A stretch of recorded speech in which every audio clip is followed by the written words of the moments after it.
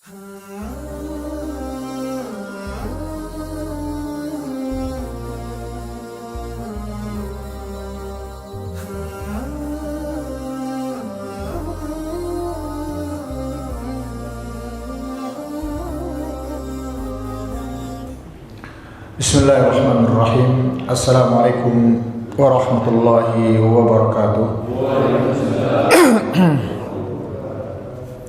Alhamdulillahirabbil alamin wassalatu wassalamu ala asrafil anbiya'i wal mursalin wa ala alihi wa sahbihi wa man tabi'ahum bi ihsanin ila yaumiddin.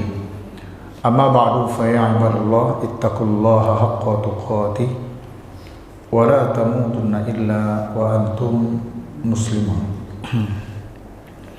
Hadirin, pada kesempatan yang mulia ini kembali kita melanjutkan kajian kita, yakni menimbah ilmu atau mendulang ilmu dari salah seorang sahabat Nabi yang mulia, Abdullah ibnu Mas'ud radhiyallahu anhu. Pada hari ini kita masuk kepada pertemuan yang ketiga dengan subbahasan jangan terlalu cepat memuji atau mencelah seseorang. Jadi kalau kelihatan orang itu baik, jangan terlalu terburu-buru memujinya. Sebaliknya, ketika melihat orang itu tidak seperti yang kita harapkan, dengan pula terburu-buru untuk mencelaknya. Salah seorang tabi'in besar, Abdullah bin Mubarak atau dikenal dengan Ibnu al-Mubarak, meriwayatkan bahwa Abdullah bin Mas'ud, ya, atau kita kenal dengan Ibnu Mas'ud, itu pernah berkata demikian: La ta'jalu bihamdin nas. Janganlah kamu tergesa-gesa dalam memuji manusia. Wala bidzimmihim, dan jangan pula tergesa-gesa dalam mencela mereka. Fa innaka la'allaka tara min akhika al-yawma syai'an yasurruka. Karena bisa jadi hari ini engkau melihat sesuatu dari saudaramu itu yang yasurruka, yang menyenangkan engkau. Wala'allaka yasuka minhu ghadan, namun esok hari bisa jadi berubah sesuatu yang tadi kamu sukai menjadi sesuatu yang menjengkelkan kamu. Wala'allaka, bisa jadi, kata Abdullah bin Mas'ud, tara minhul yawma syai'an yasuka. Pada hari ini kamu melihat sesuatu dari saudaramu itu yang menjengkelkan, yang tidak enak. Wala'allaka yasurruka minhu wadan, namun bisa jadi keesokan harinya itu dia justru menjadi sesuatu yang kamu sukai atau yang menyenangkan kamu. Wan nasu yuwayyarun, manusia itu, kata Abdullah bin Mas'ud, bisa berubah. Ya, manusia itu bisa berubah. Wa innama ya'fullahu dzunub. Ya, dan hanya Allah lah yang dapat mengampuni dosa-dosa. Wallahu ta'ala arhamu bin nas min ummi wahidin farasat lahu bi ardi kin summa lamasat. Allah lebih penyayang kepada makhluknya dibandingkan seorang ibu yang mengasihi anaknya sendiri. Dikatakan di situ, ya, farasat lahu bi ardi kin. Jika seorang ibu itu meletakkan anaknya di tanah yang lembut, summa lamasat, kemudian dia menyentuhnya, menyentuh anak tersebut. Fa in kanat ladaghatun kanat biha qablahu wa in kanat sawkatun kanat biha qablahu. Jika itu anak yang ditaruh di tanah tadi kemudian diambilnya, jika itu adalah sengatan, maka akan tampak sebelumnya, dan jika itu adalah duri yang mengenai anak itu juga akan tampak sebelumnya. Ini perkataan dari Abdullah bin Mas'ud ini, hadirin, ini luar biasa. Kita paling tidak ya memberikan catatan berkaitan dengan itu. Ada 6 poin yang berkaitan dengan perkataan beliau. Ini kita urai sedikit demi sedikit. Pertama, kehati-hatian dalam memberikan penilaian. Nah, ini memang agak berbalik zaman sekarang ini. Kita adalah orang yang selalu tampil terdepan untuk memberikan penilaian kepada orang, sementara kita lupa tentang siapa diri kita sesungguhnya. Pesan utama dari asar, ini kan asar bukan hadis, Pak. Perkataan sahabat itu disebut namanya asar sahabat, adalah untuk tidak cepat-cepat dalam memberikan pujian atau celaan kepada orang lain. Ini mengajarkan kepada kita untuk bersikap hati-hati dan tidak terburu-buru dalam menilai seseorang, karena keadaan seseorang itu bisa berubah dari waktu ke waktu. Ini perasaan saya, ungkapan ini sudah banyak terjadi dalam kehidupan kita ini. 1 tahun yang lalu kita mengetahui ini orang, waduh, susah dikatakan ada baiknya, dan yang kebayang oleh kita adalah buruknya dia. Ternyata dia sudah lama berubah, sementara yang terbangun dalam benak kita, ini orang gak benar. Selalu seperti itu. Kemudian yang kedua, asar perkataan Abdullah bin Mas'ud tadi menegaskan bahwa manusia itu bisa berubah. Apa yang kita lihat sebagai kualitas baik atau buruk pada seseorang saat ini bisa jadi berubah pada waktu yang akan datang. Oleh karena itu, sikap at-ta'anni, ya, tidak tergesa-gesa di dalam memberikan penilaian, ini adalah sikap yang paling arif, yang paling bijaksana. Sekali lagi, apalagi kita hari ini hidup di zaman ini deh, di zaman medsos, semuanya bisa memberikan komentar.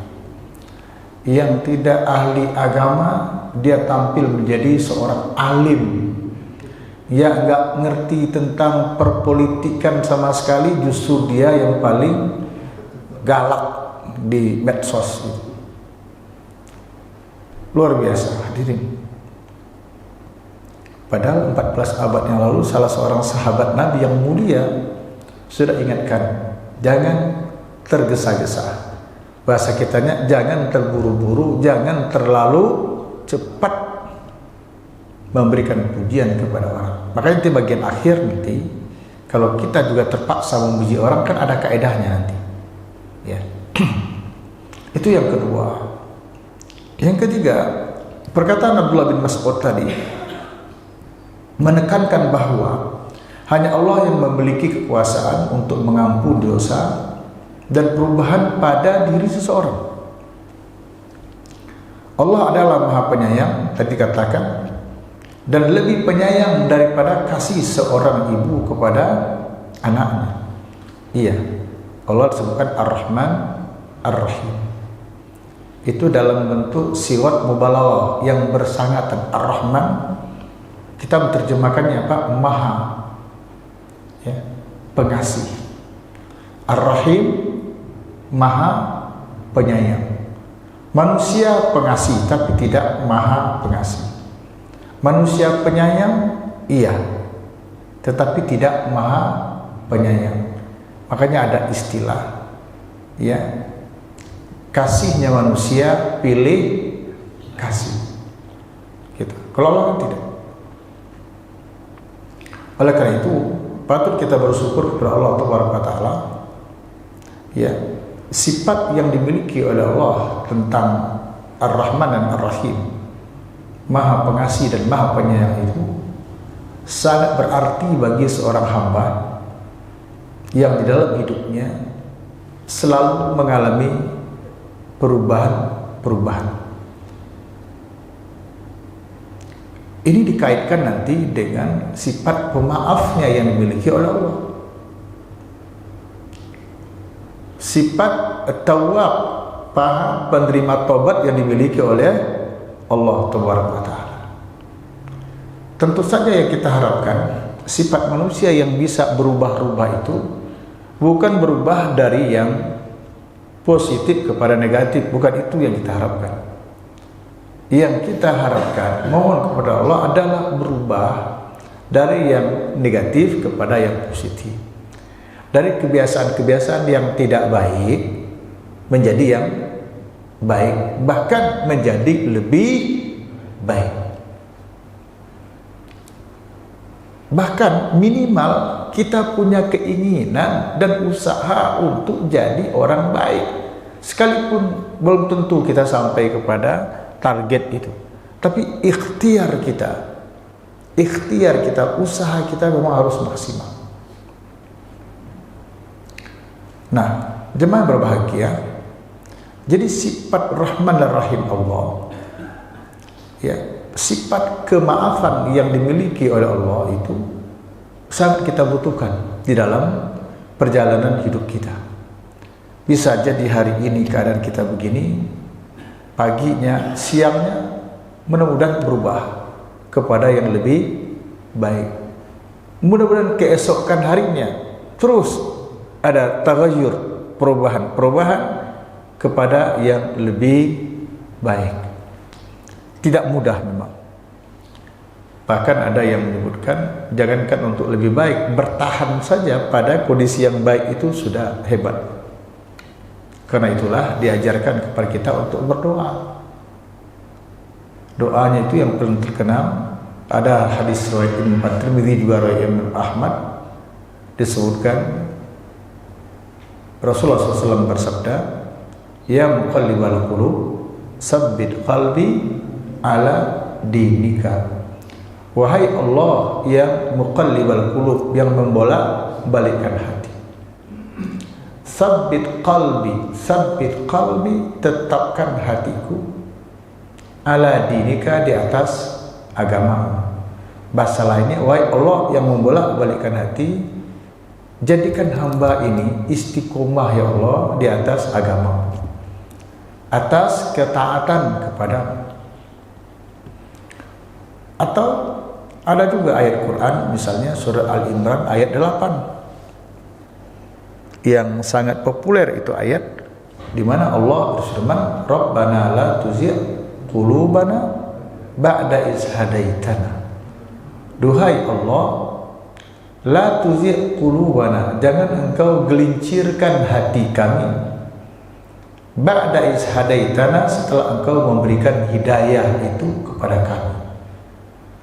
Jadi jika saya, bapak-bapak, saudara-saudara sekalian, jika hari ini kita berbahagia dengan agama Allah, dengan Islam yang telah diridhoinya, yang telah disempurnakannya, begitu yang Allah firmankan di dalam Al-Maidah ayat 3 itu. Jika kita berbahagia dengan Islam yang sudah Allah anugerahkan kepada kita, mohon kepada Allah agar kita tetap di atas Islam ini. Jangan sampai diselewengkan, jangan sampai menyeleweng kita. Karena kalau tidak hati-hati dan tidak dengan pertolongan Allah, sulit kita untuk selamat. Apa yang terjadi misalnya dalam 2 hari belakangan ini, subhanallah, ya, kehadiran Paus Fransiskus misalnya, itu ya oke lah kehadiran mereka sebagai tamu negara, sebagai tamu dari bangsa Indonesia, sebagai pimpinan besar dari Vatikan, ya, untuk agama Katolik misalnya, ya udah seperti itu aja.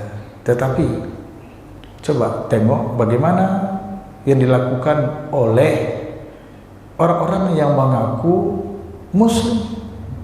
Nah itu aja. Apakah memang harus seperti itu makna toleransi? Itu kan luar biasa. Saya yakin dan percaya saudara-saudara kita yang Katolik juga tidak berharap seperti itu diperlakukan.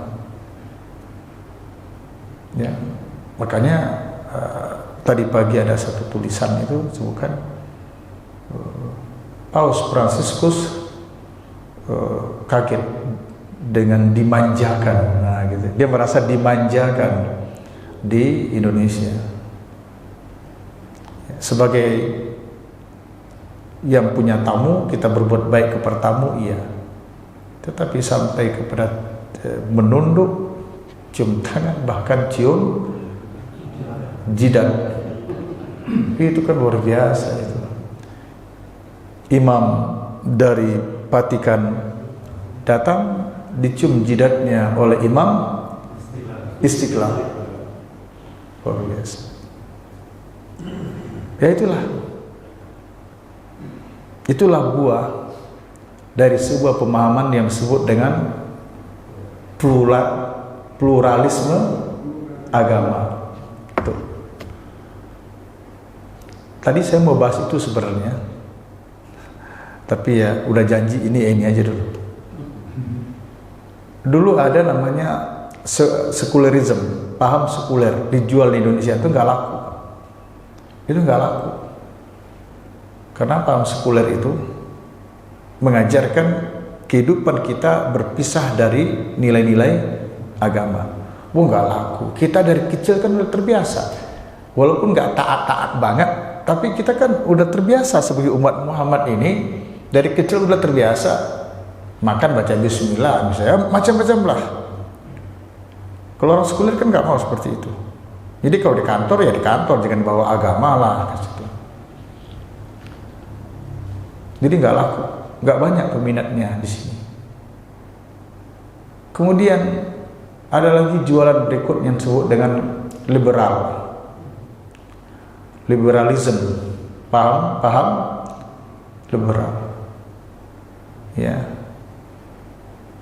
nggak terlalu laku juga.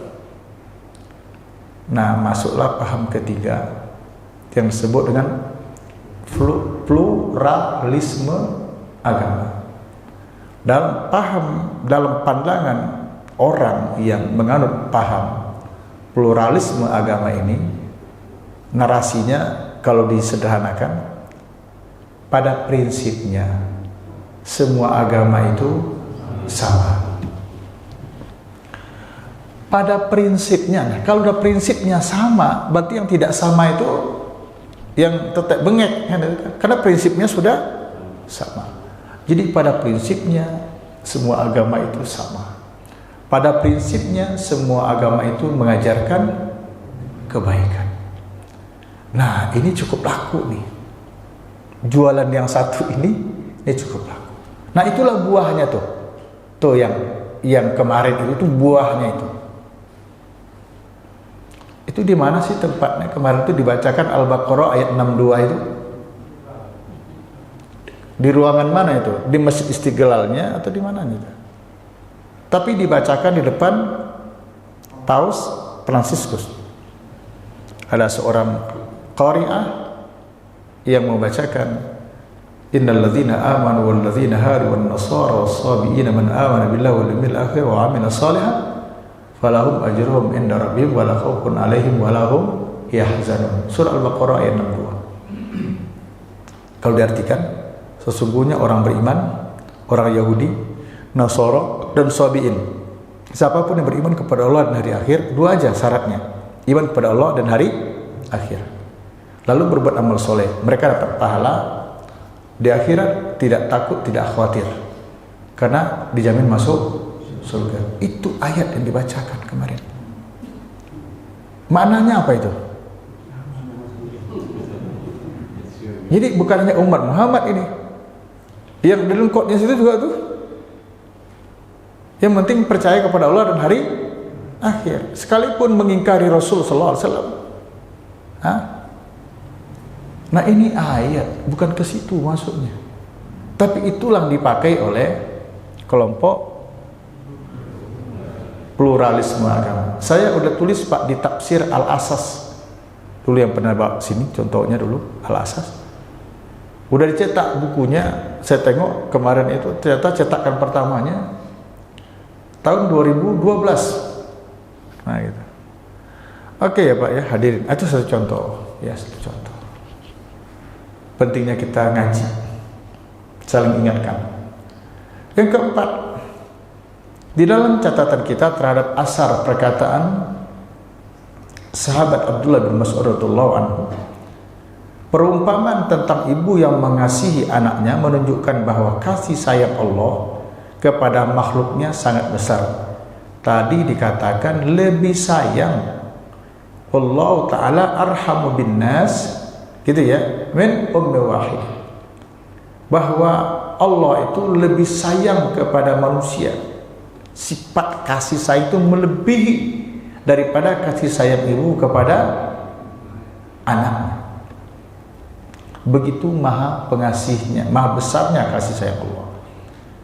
Ini mengingatkan kita akan sifat penyayang Allah Tabaraka Ta'ala dan pentingnya kita berharap akan kasih sayang Allah serta ampunan dari Allah Tabaraka wa Ta'ala.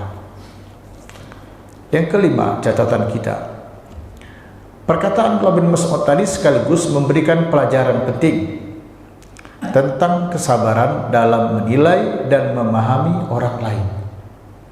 Mana sabar itu tidak tergesa-gesa, serta mengingatkan kita tentang sifat kasih sayang Allah yang sangat besar.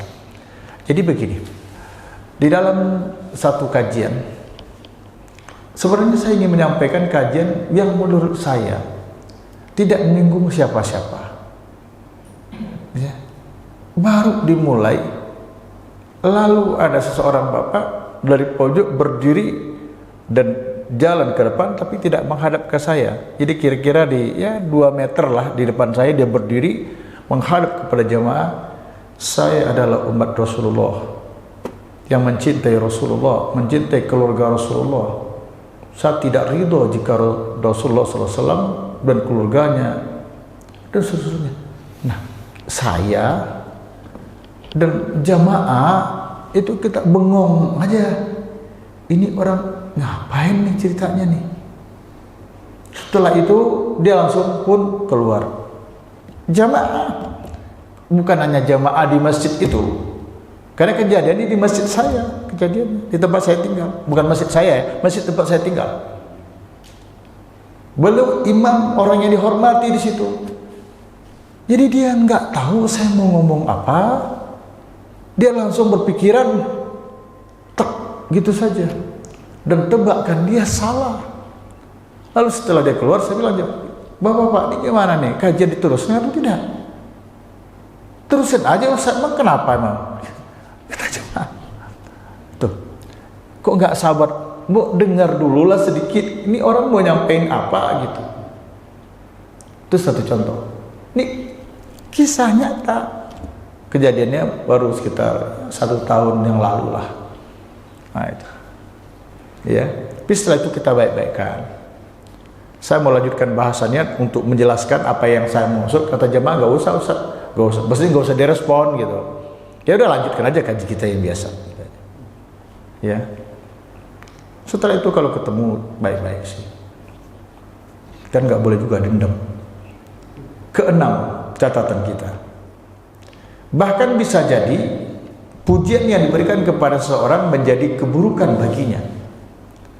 Sebagaimana dalam sebuah hadis yang bersumber dari Abu Bakar, semoga Allah meridainya, ia menceritakan bahwa ada seorang pria yang disebutkan di hadapan Rasulullah SAW, lalu seorang hadirin memuji orang tersebut.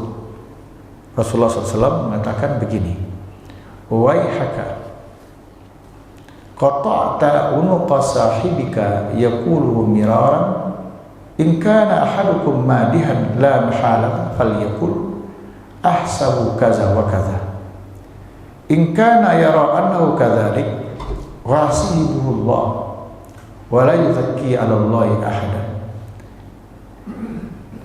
celakalah engkau, kata Nabi. Jadi Rasul mendengar seseorang memuji orang lain, dan orang yang dipuji itu ada di situ. Ya, bisa dipahami? Sini seseorang memuji orang ini, dan itu didengar oleh Rasul. Kata Nabi, celaka kau, waihaka, qata'ta unuqa sahibika yaqulu mirara.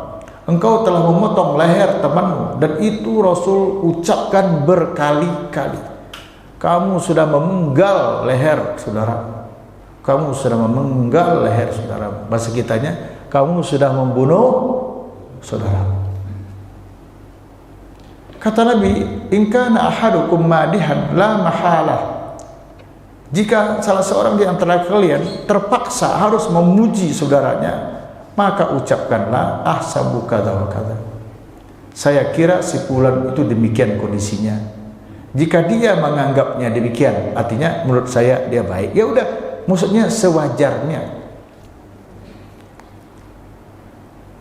Lalu disebutkan demikian, in kana yara annahu kadzalik wa hasibuhu Allah Taala. Adapun yang mengetahui kondisi sebenarnya bukan dia yang memberikan pujian itu, tetapi Allah Taala.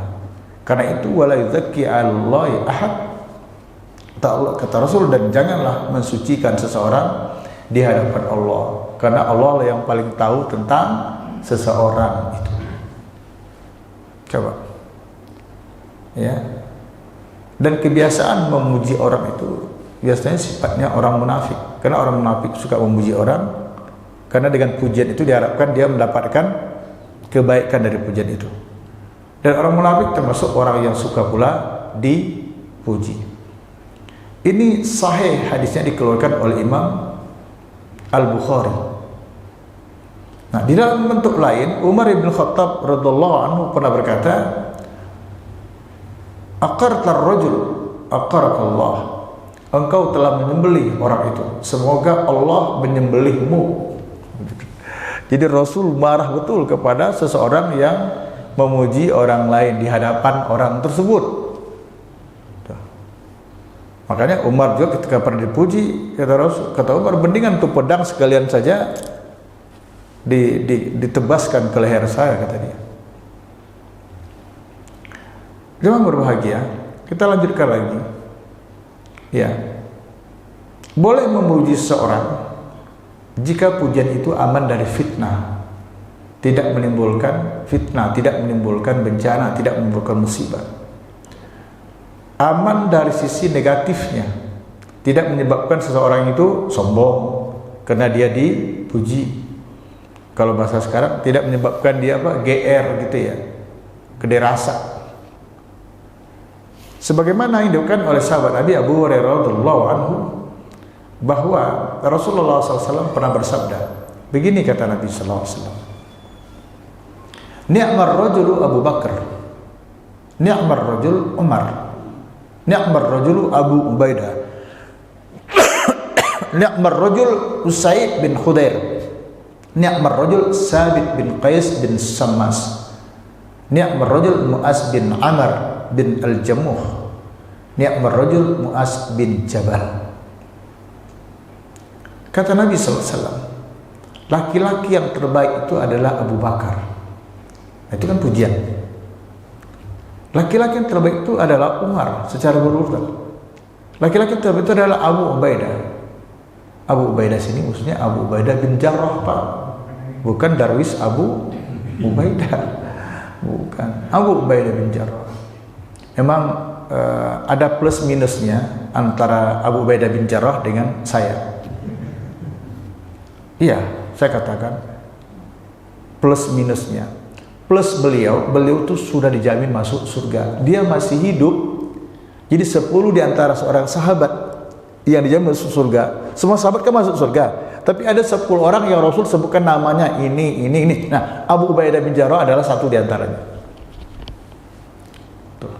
Walaupun semua sahabat dijamin masuk surga. Bacalah surat At-Taubah ayat 100 itu. Udah jamin masuk surga.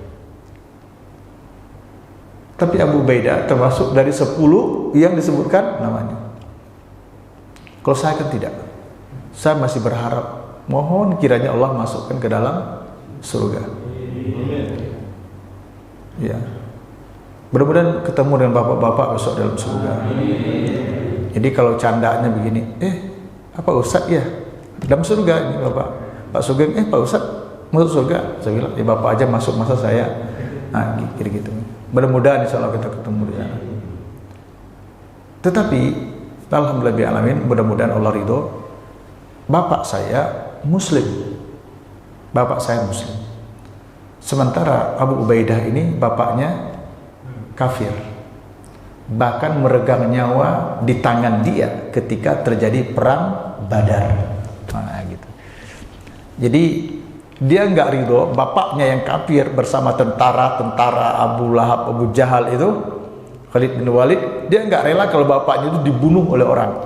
Dia lebih nyaman dia yang bunuh, dan itu berhasil. Abu Ubaidah. Apalagi laki-laki yang paling baik kata Rasul adalah Usaid bin Khudir. Berikutnya Sabit bin Qais bin Samas. Berikutnya lagi Mu'az bin Al-Jamuh. Berikutnya lagi Mu'az bin Jabal. Begitu kata Rasul sallallahu alaihi wasallam. Kemudian Rasul menyebutkan pula, Babisar rajul fulan hatta ada sab'ah. Lalu beliau menyebutkan laki-laki yang terburuk Sianu. Paling tidak disebutkan kata rawi hadis ini ada 7 orang yang beliau sebut yang laki-laki buruk. Nah, jemaah berbahagia, untuk kita ketika memberikan pujian kepada orang itu, yang terbaik adalah mendahulukan pujian kepada Allah Tabaraka wa Ta'ala. Kalau kita melihat seseorang itu baik, berarti kita akan berempati kepadanya, senang.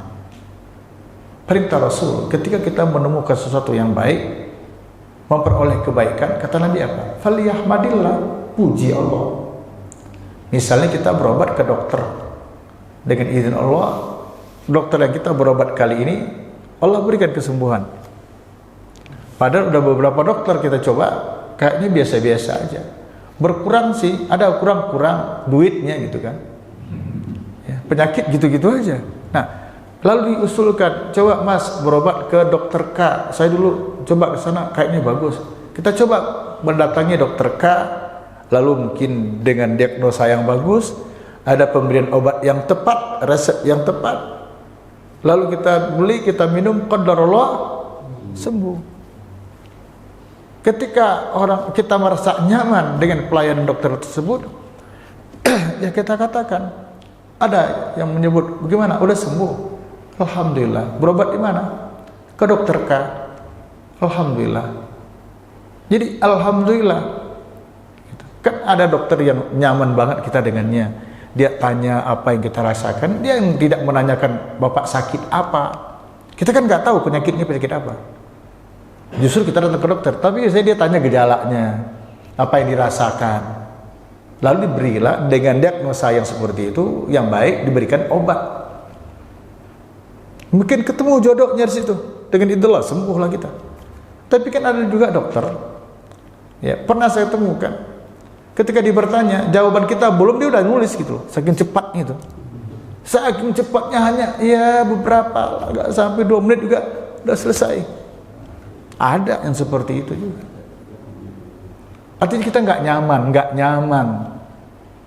Nah, jadi ketika kita menemukan pelayanan yang baik, qadarullah, resep yang diberikannya itu dengan izin Allah, maka katakan alhamdulillah. Karena hakikat yang menyembuhkan penyakit kita Allah. Apa kata Ibrahim alaihissalam?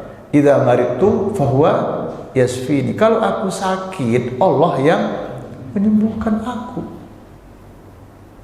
Ini maknanya dari alhamdulillahirabbil alamin, itu segala puji milik Allah. Jadi kalau anak kita baik, dapat prestasi sekolah, alhamdulillah, anak abah baik, gitu kan.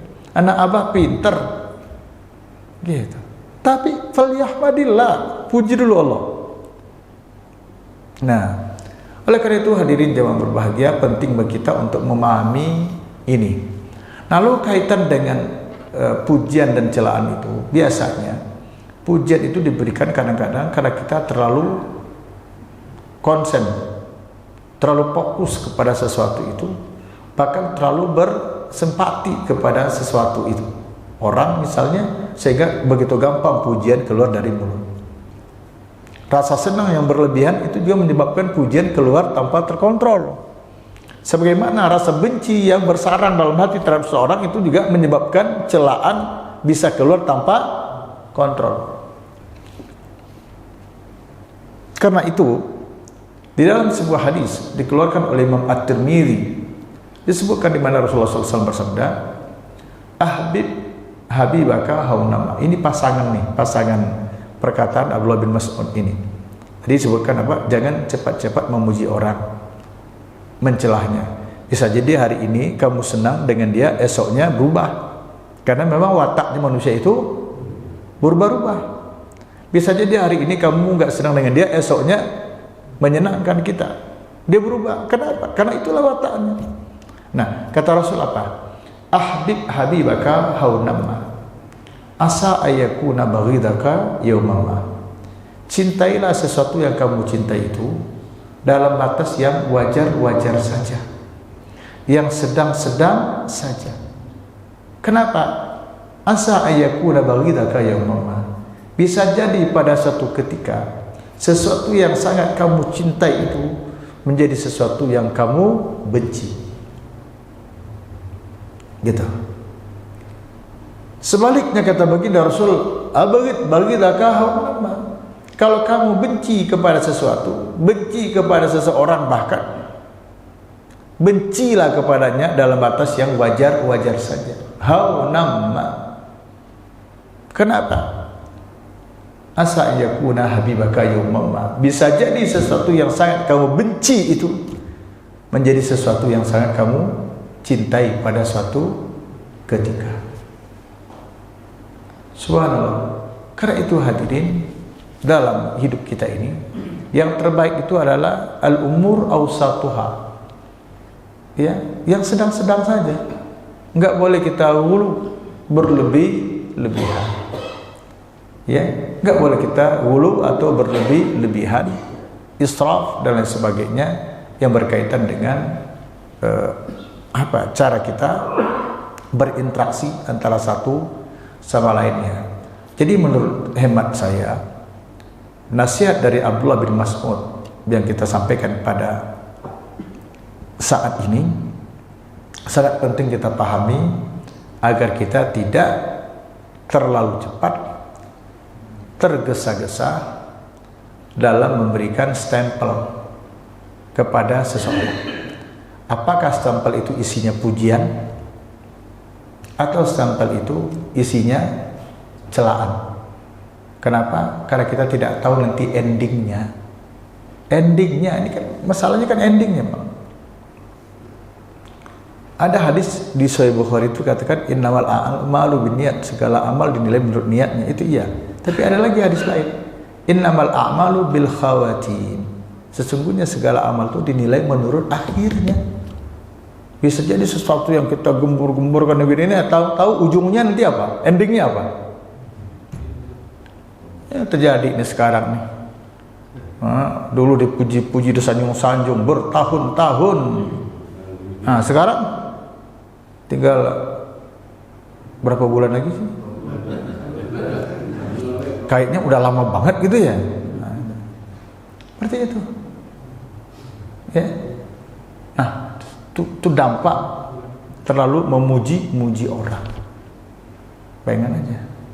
Bahkan ada salah satu survei menyampaikan hasil surveinya bahwa wakil presiden kita yang terpilih sekarang itu EQ-nya itu lebih tinggi daripada Ahok, lebih tinggi dari Anies Baswedan. Bayangkan aja tuh. Hebat nggak? Luar biasa.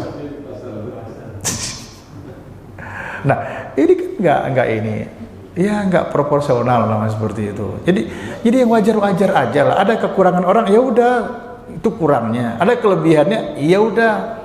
Kelebihannya apa? Anak pejabat kan gitu kan. Kekurangannya banyak sama kayak kita gitu. Jadi manusia itu berubah-ubah. Pada akhirnya nanti gitu ya. Kita tengok aja ujungnya seperti apa. Oleh karena itu, kalau senang batasnya wajar-wajar aja. agar tidak kesenangan itu berbuah dengan penyesalan.